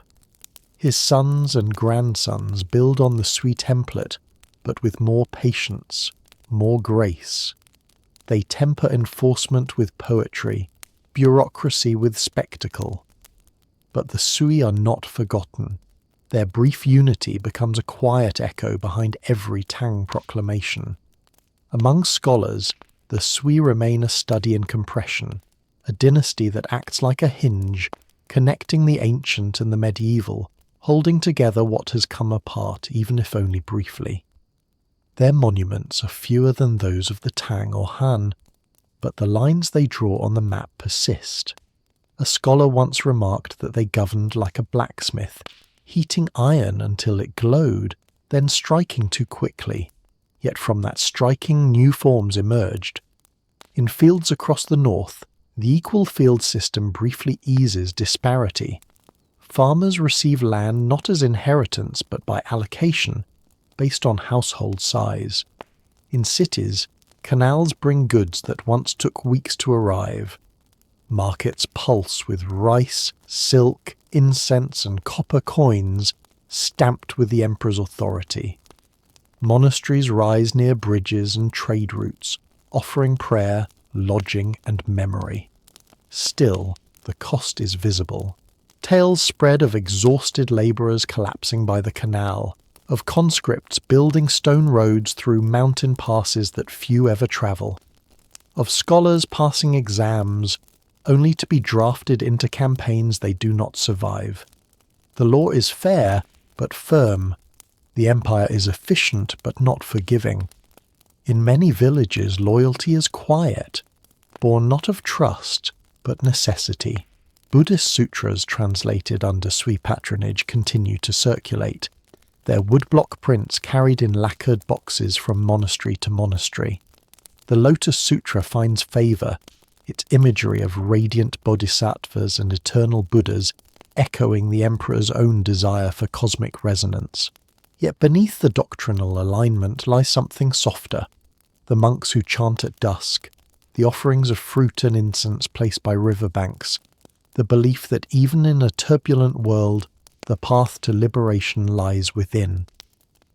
Some historians question whether the Sui truly fell from their own excess, or were simply unprepared for the scale of their own achievements. Others argue they succeeded too well in creating expectations the world was not ready to meet. Either way, their story is a quiet reminder that unity is never a guarantee, only a labour, one that must be constantly renewed, balanced between vision and restraint. The canal remains, still glistening beneath the low sun. Its waters reflect the memory of labour, the will of rulers, and the movement of grain that feeds 1,000 cities. A fisherman lowers his net, unaware of the dynasty that dug this channel. He needs no history to float, yet the canal carries all of it, the rise, the fall, the slow, ceaseless current of time beneath empire. When the Tang come to power, they do not merely assume control, they inherit momentum. The Grand Canal runs already like a vein through the land. The bureaucracy is structured, the longing for stability still warm. Li Yuan becomes Emperor Gaozu, but it is his son, Li Shimin, who defines the dynasty. Taking the throne as Emperor Taizong, he becomes both conqueror and philosopher, extending borders through military precision, while presiding over a court of scholars, poets, and administrators. He sponsors histories of previous dynasties, not as decoration, but as guidance. He listens to ministers who dare to disagree. Under his reign, the Tang become more than a government. They become an idea, a mirror held up to all that came before. The empire stretches far. To the west, it reaches deep into Central Asia, past the Pamir Mountains, where Chinese envoys ride beneath foreign stars. To the south, it touches the northern edges of Vietnam. Along the Silk Roads, traders from Persia, India, Arabia and Byzantium arrive in caravans carrying jade, spices, woven rugs, and stories. Chang'an, the Tang capital, becomes the beating heart of this world.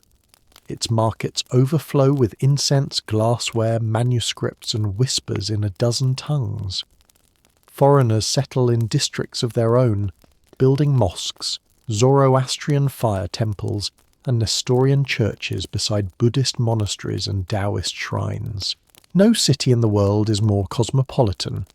The streets are broad, aligned with geomantic precision, flanked by walls, palaces, and canals. At dawn, the city gates open to the flow of farmers, scholars, merchants, and monks. At dusk, drums echo from towers as the gates close again. The state keeps rhythm not only through edicts but through architecture. Music, too, becomes a language of governance. Court orchestras perform pieces drawn from Central Asian, Korean, and Indian traditions. Dancers from Samarkand twirl beside Chinese courtiers. It is not mere spectacle, it is policy in silk and sound. Buddhism flourishes in this setting. Monks from Nalanda arrive with Sanskrit texts, and Chinese pilgrims journey to India in search of purer teachings. Xuanzang, the most famous among them, returns with a library of scriptures and begins translating them with the support of the emperor. His records describe mountains, cities, kings, and monasteries from the Indus to the Ganges. His efforts, meticulous and exhaustive, help shape the Chinese understanding of a vast interconnected world. Under Emperor Xuanzong, the Tang court reaches its cultural zenith.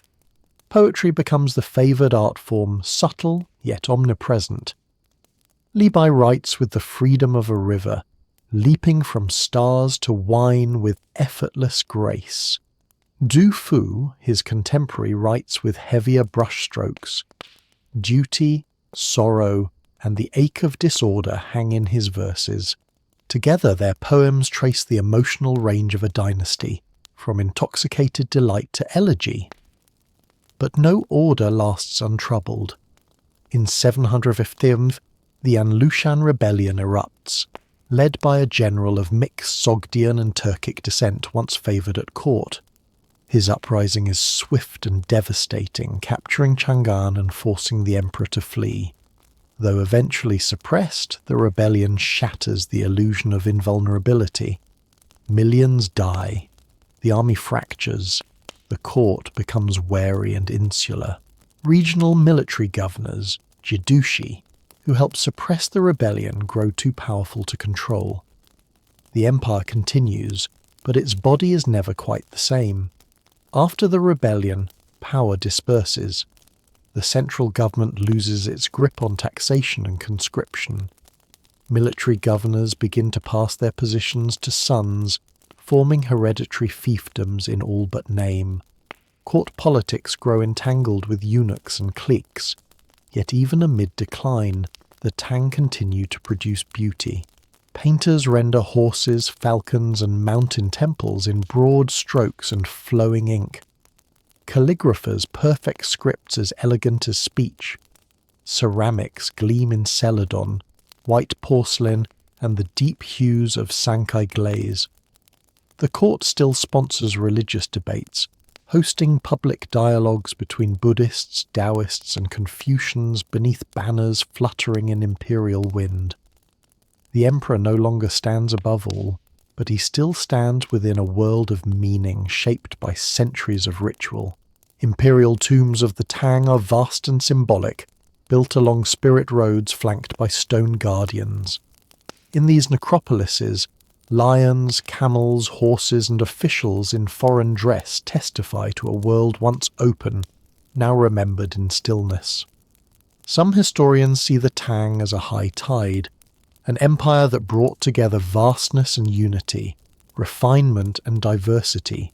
Others point to its contradictions, a Confucian court that embraced Buddhism, a meritocratic ideal shadowed by hereditary privilege, a cosmopolitan vision cut short by rebellion and fear. But perhaps that tension is the secret to its endurance. The Tang did not try to erase difference. They tried to hold it in balance, even as the weight grew too heavy. By the end of the 9th century, rebellions once again ripple across the provinces. The central government becomes symbolic, the emperor a figure wrapped in ritual but isolated from power. In 907, the dynasty ends. A warlord takes the throne, founding the later Liang. Thus begins another period of fragmentation, known as the 5 Dynasties and 10 Kingdoms. Yet the Tang do not vanish. Their poetry remains memorized, their fashions imitated, their capitals' layout copied. In Korea, Japan, and Vietnam, scholars continue to study Tang law codes and administrative systems. The echo is louder than the collapse. In Chang'an, the gates still stand. Dust gathers along abandoned roads. In a quiet monastery, a monk finishes transcribing a sutra and bows to no one in particular. In the southern hills, a farmer recites a Tang poem beneath a flowering plum. And in the stillness of a scroll, a character written in the 8th century continues to wait, unchanged, unread, but entirely intact. When the song rise from the smoke of fragmentation in 960 CE, they do so not with the thunderclap of conquest, but with the quiet resolve of restoration. Zhao Kuang-yin, a general with both martial command and scholarly bearing, is declared emperor by his troops. He does not proclaim a new beginning. He promises a return to order. Under the name Emperor Taizu, he begins to reweave the tapestry torn by the 5 dynasties and 10 kingdoms. His strategy is not expansion, but consolidation. He centralizes power, absorbs regional armies into the state, and ensures that no future general will have the independence he once wielded. Military governors are replaced by civil officials. The pen, once again, is raised above the sword. The Song Court becomes a world of scholars. The civil service examination system is revived, expanded and enshrined as the primary path to power. Thousands of candidates memorize Confucian classics, compose regulated verse, and write essays on governance. Success is hard-won and rare, but it offers social mobility, stability, and prestige.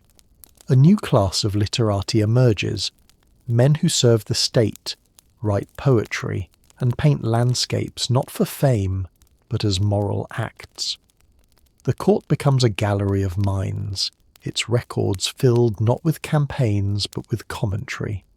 Technological innovation flourishes in this environment. Movable type printing spreads, accelerating the circulation of texts. Farmers use improved ploughs and water-lifting devices. Iron production increases dramatically. The use of coal grows. In southern cities like Hangzhou, massive markets buzz with goods from across the empire and beyond. Porcelain, silk, tea, spices, and copper coins move along roads and rivers in regulated flows. The Grand Canal, maintained and improved, continues to carry grain from fertile southern fields to the northern capitals. In the realm of thought, Confucianism is reinterpreted. Neo-Confucian philosophers like Jushi synthesize metaphysics with classical morality. They seek to understand not just how one should act, but why the universe exists as it does. Li, the principle of form and order, is said to pervade all things. The study of nature becomes a spiritual pursuit. Education becomes self-cultivation. The world is read like a text, structured, legible, sacred. Yet beneath the elegance lies fragility. The Song military, deliberately weakened to preserve civilian control, struggles to defend the empire's vast borders. In the north, the Khitan Liao dynasty asserts pressure. Later, the Jurchen Jin rise and push even farther. In 1127, disaster arrives. The Jin invade and capture the northern capital of Kaifeng. The emperor and his court are taken north in humiliation. This event, known as the Qing incident, marks the end of the Northern Song. The dynasty survives only by fleeing south, re-establishing itself in Linnan, modern-day Hangzhou, and beginning what will be called the Southern Song. Though reduced in territory, the Southern Song become even more refined. The capital glows with poetry, painting, and trade. Merchants gain influence, their ships sailing to Southeast Asia and as far as Arabia. Urban life becomes vibrant. Restaurants, theatres, tea houses, and bookstores proliferate. Novels begin to take shape. Scrolls depicting mountains and rivers carry layers of philosophical meaning. The more distant the peak, the deeper the emotion. But the threat never fades. To the north, the Jin remain a constant menace. And farther still, beyond the steppes, another power gathers. The Mongols. Under Genghis Khan and his successors, they sweep across Central Asia and Persia. In time, they turn toward China. Song generals adapt, adopting gunpowder weapons and new tactics. But the Mongol momentum is relentless. The wars are long, grinding, and uneven. Cities fall. Refugees flood south. Still, the Song persist. Their scholars write with defiant grace. Their engineers develop complex clockworks, fire lances, and nautical innovations. Their artists refine brush and ink into near-silent music. Their courts debate righteousness even as borders shrink. It is a civilization under siege that never loses its shape. A soft paradox endures. A government vulnerable in war yet formidable in culture. A society that resists conquest not through might, but memory. Some scholars later wonder whether the Song failed because they prioritized refinement over readiness. Others argue that their fragility was the cost of a society so rooted in principle. Perhaps the truth lies somewhere in between. A dynasty that believed too deeply in civility to match the chaos at its gates. Yet even as enemies approach, the Song do not break easily. They adjust, they endure, and in enduring, they leave behind an archive of intellect and beauty unmatched in its time. In the southern hills, a poet writes of fallen leaves drifting across a pond. In a mountain temple, a monk copies a Buddhist text while outside. Thunder sounds too distant to disturb him. In a merchant's home, maps of foreign ports hang beside calligraphy. The Song may be shrinking, but its inner life grows richer. Eventually, the Mongols cross the Yangtze. In 1279, the last Song emperor, a child, is carried into battle by loyal ministers. When defeat becomes certain, they leap into the sea together. The empire ends not in negotiation, but in ritual self-sacrifice. A dynasty dedicated to ethics closes its chapter with a gesture of tragic loyalty. And yet, the Song are not forgotten. Their books remain. Their philosophies shape minds in Korea, Japan, and later Ming China. Their innovations spread quietly across Eurasia. Their ink still flows centuries later through the brushstrokes of those who seek clarity and grace. The northern capitals are gone, the palaces dust. But the Song endure, not in banners, but in breath, in paper, and in the whispered rhythm of thought. The Mongols descend from the steppe not as a whisper but as a storm.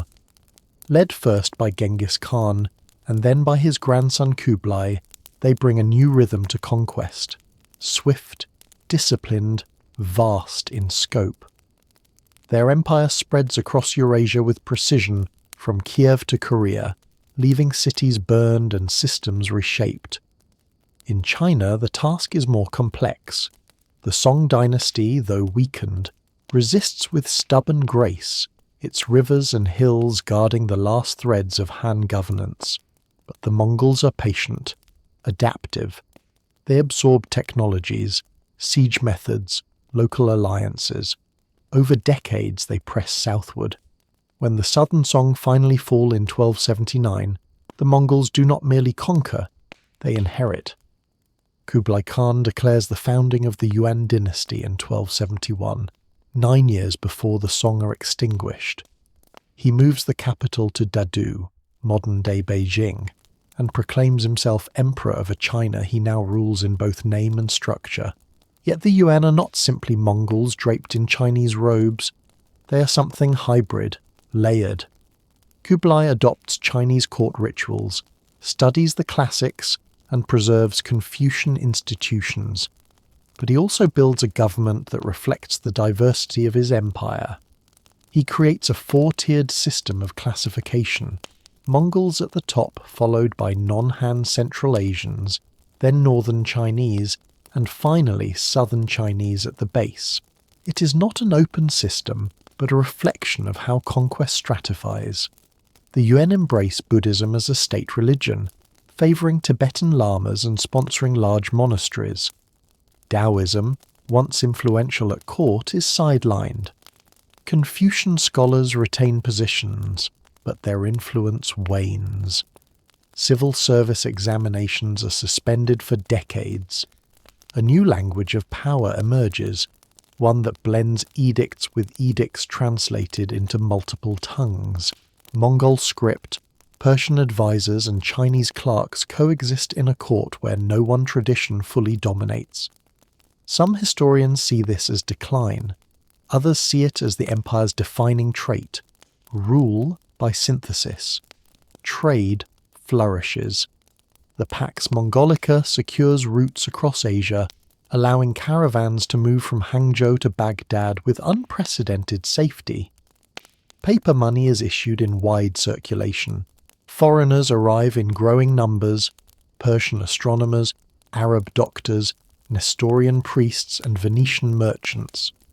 Marco Polo, in his famous account, marvels at the scale of Chinese cities, the complexity of canals, the bureaucracy, the wealth, and the strange fusion of customs.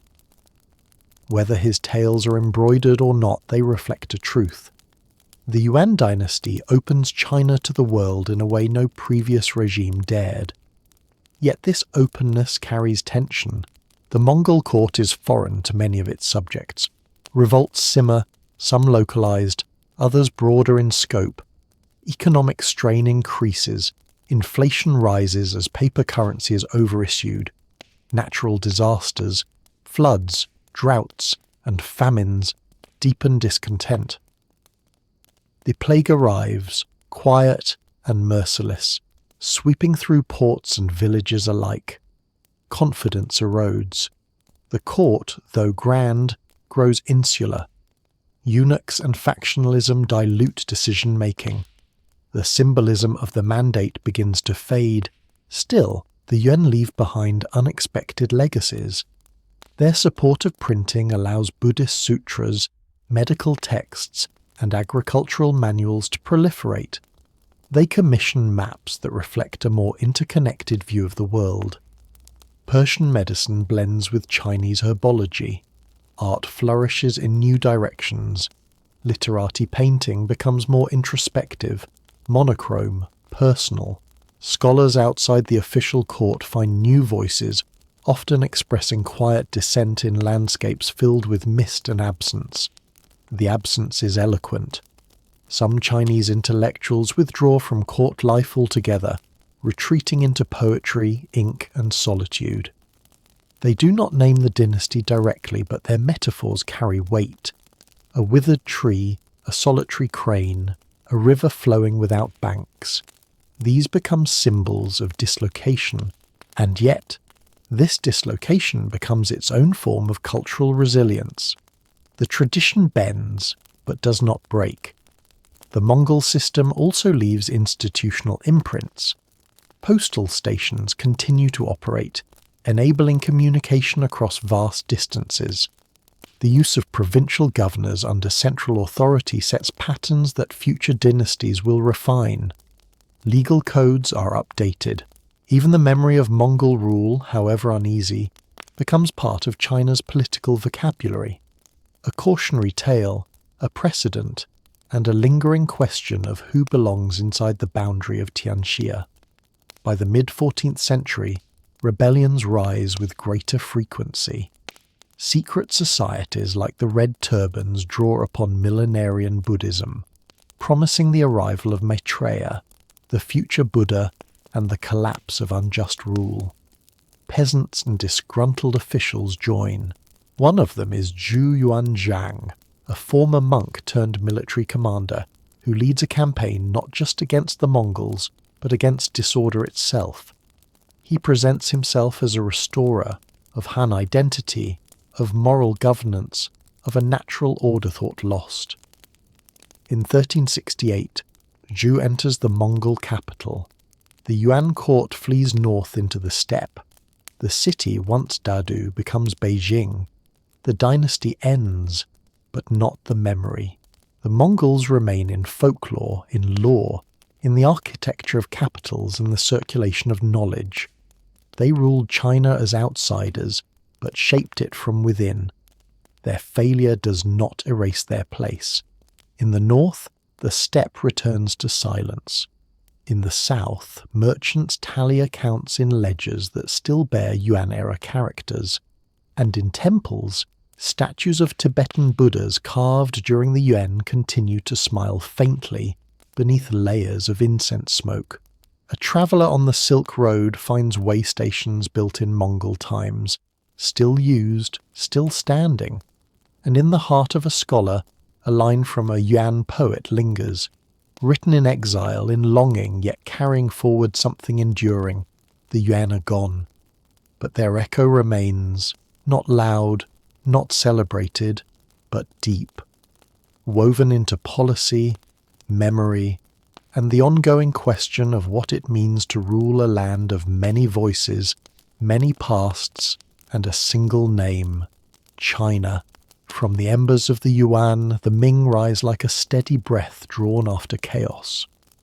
Zhu Yuanzhang, the monk-turned-rebel commander, takes the throne in 1368 and becomes the Hongwu emperor.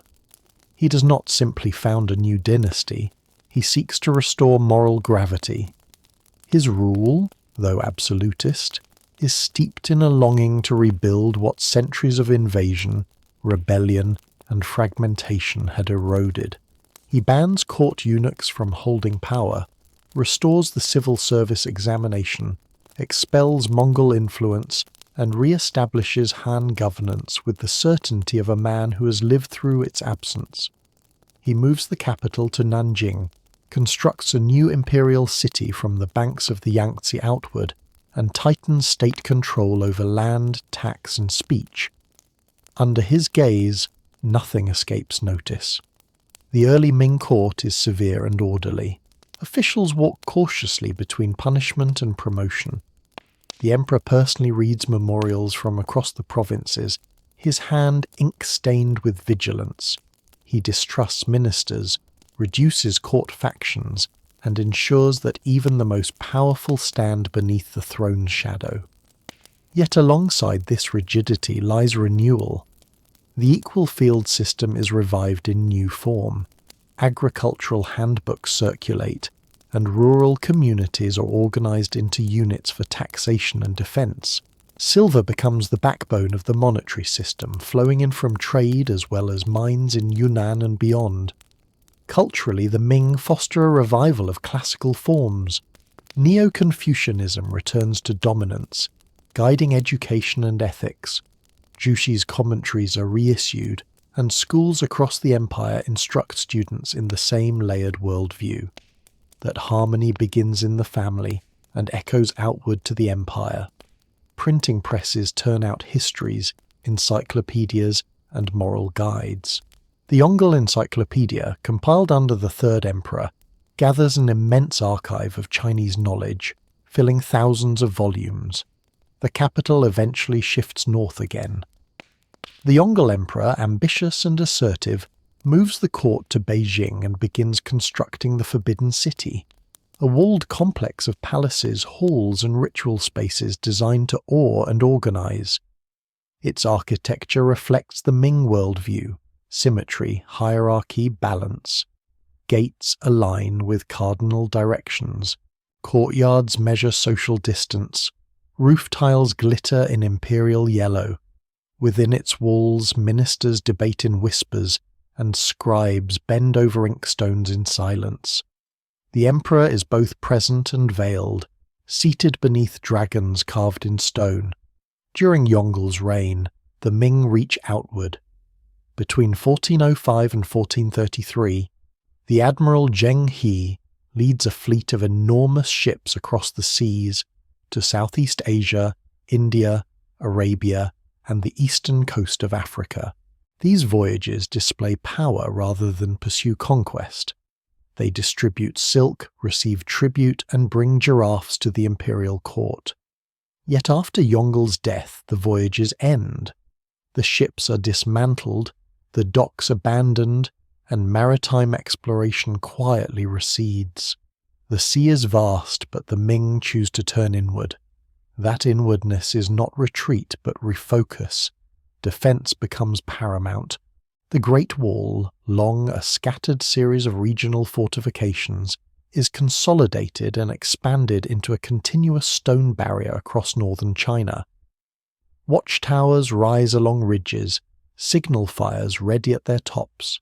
It is not an impenetrable wall, but it is a message that China will guard its heart, that outside winds must not scatter its order again. Art in the Ming flourishes with subtlety and strength. Porcelain kilns at Jingdezhen produce blue and white wares of astonishing delicacy, exported across the known world.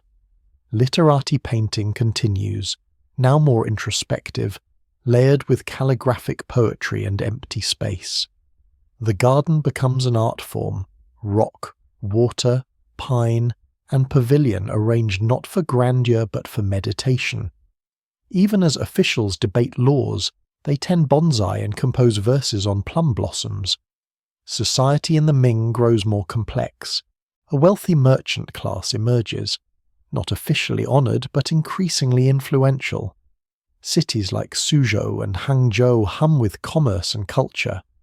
Bookstores, theatres, tea houses and print shops fill urban quarters. Novels begin to flourish.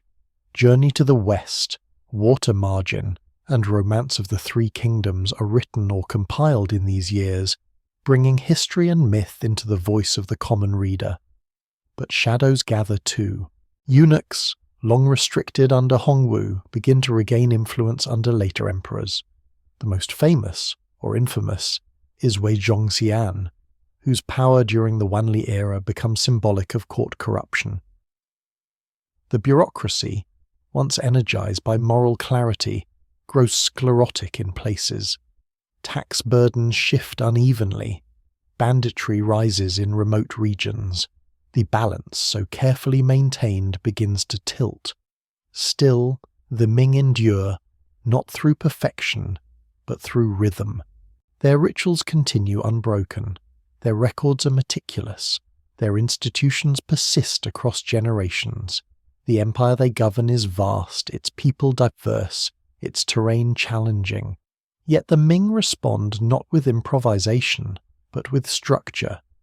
Edicts are issued with seals and citations. Examinations are conducted every few years with quiet regularity. Even as famine or flood occurs, the administrative response follows a known cadence. Some scholars argue the Ming are conservative, too cautious, too inward-looking. Others suggest they are stabilizers, preserving continuity in a world where disruption had become common. Both may be true. The Ming do not seek to astonish.